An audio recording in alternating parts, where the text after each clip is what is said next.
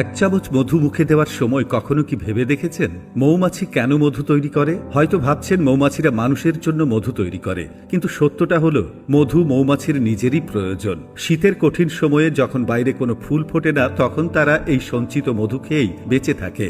কিন্তু অবিশ্বাস্য ব্যাপার হলো একটি মৌমাছি তার পুরো জীবনে মাত্র 1 চা চামচ মধু তৈরি করতে পারে, আর এই সামান্য মধুর জন্য তাকে হাজার হাজার ফুলে ঘুরতে হয়। 1 কেজি মধু তৈরি করতে প্রয়োজন হয় 40 লক্ষ ফুলের রস।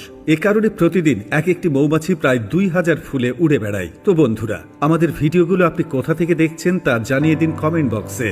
পরবর্তী ভিডিওতে আপনাদের ধন্যবাদ জানাতে ভুলব না। মধু শুধু মৌমাছির খাবার নয়, এটি তাদের পুরো ঝাঁকের জন্য এক ধরনের জীবনদায়ী শক্তি। কিন্তু কিভাবে এই আশ্চর্য প্রক্রিয়ায় তৈরি হয় মধু? কিভাবে হাজার হাজার মৌমাছি একসঙ্গে দলবদ্ধভাবে কাজ করে একে সংরক্ষণযোগ্য করে তোলে? চলুন মৌমাছির এই অবিশ্বাস্য জীবনযাত্রার বিস্তারিতই জেনে আসা যাক। মৌমাছিদের মধ্যে যোগাযোগের এক বিস্ময়কর উপায় হল ওয়াগল ড্যান্স। যখন একটি মৌমাছি কোথাও ফুলের সন্ধান পায়, তখন সেটি মৌচাকে ফিরে এসে এক ধরনের নাচ করে। নাচের গতি ও দিক দেখে অন্য মৌমাছিরা বুঝতে পারে ফুলের অবস্থান কত দূরে এবং কোন দিকে। যদি মৌমাছিটি ছোট ছোট বৃত্তাকার নাচ করে, তাহলে ফুল খুব কাছে, কিন্তু যদি এটি দুলতে দুলতে সোজা পথে নাচতে থাকে, তবে বুঝতে হবে ফুল অনেক দূরে।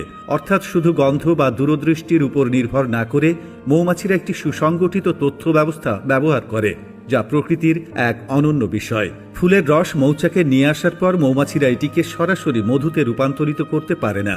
এজন্য একটি বিশেষ প্রক্রিয়া অনুসরণ করা হয়। মৌমাছিরা ফুলের রস মুখে নিয়ে বিশেষ এনজাইমের সঙ্গে মিশিয়ে নেয়। এটি তাদের দেহের ভেতরে কিছু পরিবর্তনের মধ্য দিয়ে যায়। এরপর মৌমাছিটি এই আধা প্রক্রিয়াজাত রসটি আরেক মৌমাছির মুখে দেয়, যেন একটি পাস দ্য পার্সেল খেলছে। মৌমাছির মধ্য দিয়ে যাওয়ার পর রসের আর্দ্রতা কমে এবং এটি ঘন হতে শুরু করে, কিন্তু তখনও মধু সম্পূর্ণ তৈরি হয় না। তরল মধুকে সংরক্ষণযোগ্য করতে মৌমাছিরা দল বেঁধে তাদের পাখা ঝাপটাতে থাকে। প্রতি সেকেন্ডে 200 বার। বাতাসের ধাক্কায় মধুর অতিরিক্ত পানি শুকিয়ে গিয়ে সেটি পরিণত হয় সোনালী ঘন মধুতে। এরপর তারা এটি মৌচাকের খোপে রেখে মোম দিয়ে ঢেকে দেয়, যেন এটি সংরক্ষিত থাকে। এবার বলুন তো, মৌমাছির মধু কখনো নষ্ট হয় না কেন? বিশ্বের একমাত্র প্রাকৃতিক খাবার যা হাজার বছরেও নষ্ট হয় না, সেটি হলো মধু। মধুর মধ্যে পানির পরিমাণ অত্যন্ত কম, ফলে এতে ব্যাকটেরিয়া জন্মাতে পারে না। প্রাকৃতিকভাবে এতে হাইড্রোজেন পারঅক্সাইড রয়েছে, যা জীবাণুনাশক হিসেবে কাজ করে। গবেষণায় দেখা গেছে মিশরের 3000 বছরের পুরনো সমাধিতে পাওয়া মধু আজও খাওয়ার উপযোগী।